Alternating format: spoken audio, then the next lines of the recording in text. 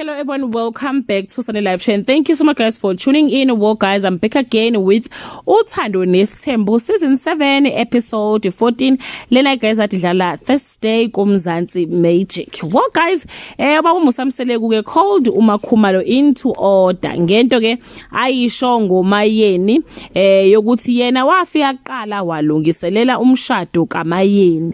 Le yankulumo kaMakhumalo yashiya abantu benemibuzo eminingi enjengokuthi ke kanti uMakhumalo uneminyaka emingaki, kanti uMakhumalo wathandana nini nobaba Musamseleku, wahlala nini khona uma ngabe esethi yena uyena wafika kuqala walungiselela imshado yamanye ke amakhosikazi. Ngiyacabanga guys ukuthi le yankulumo yakhe ayizange ihlale kahle kuMayeni, hence uMusa ke usezama ukuyilungisa ke before ke kuphele le season esikuyo.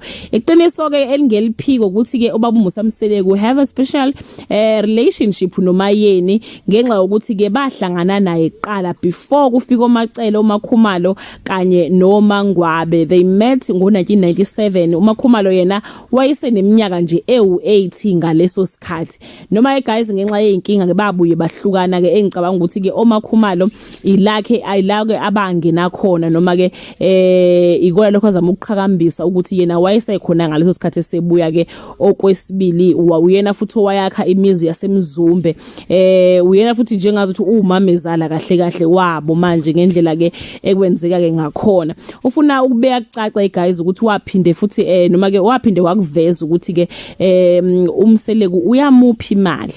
Makhumalo waveza lo nkulumo le wathi ke uyashutha imada ayi ngicela bandla ungigcwalisele yazi ukuthi abafazi baba mfethu wayibeka nje ngaleyo ndlela ukuthi ke uma ngabe uMseleku efuna ukwenza izinto enzela amakhosikazi akhe imali ingahlangani uyacela kuMakhumalo ukuthi ke amnike imali. Akukho wrong ke guys but ke abantu bafila sengazi ukuthi ke uyayiqhakambisa and leso senzo sakhe noma leyo nkulumo yakhe ibukela phansi isithunzi somnyeni wakhe kanye ke nalamanye amakhosikazi ke mangabe sibe iqhathulula koMayeni uma ngabe etwenza into bengafuna ukumsupport bese kuba bhlungu kanti ke bafile threatened or bafila engazuthi ke ubabukela phansi. So ke bakumselewe guys le nkulumo kusho ukuthi uyayibona ukuthi hayi engathi ayihambi kahle naye nje mehlisa isithunzi naye ngokwakhe ke. So ke uthi ke le nkulumo makhuluma ayikhuluma uMakhumalo ayikho pure ngokukamsele ukuthi le nkulumo ayikho pure, wayefuna ukuveza her power kulo wamuzi and guys kungenzeka ke guys ukuthi uMakhumalo wayengaqamba manga wayekhuluma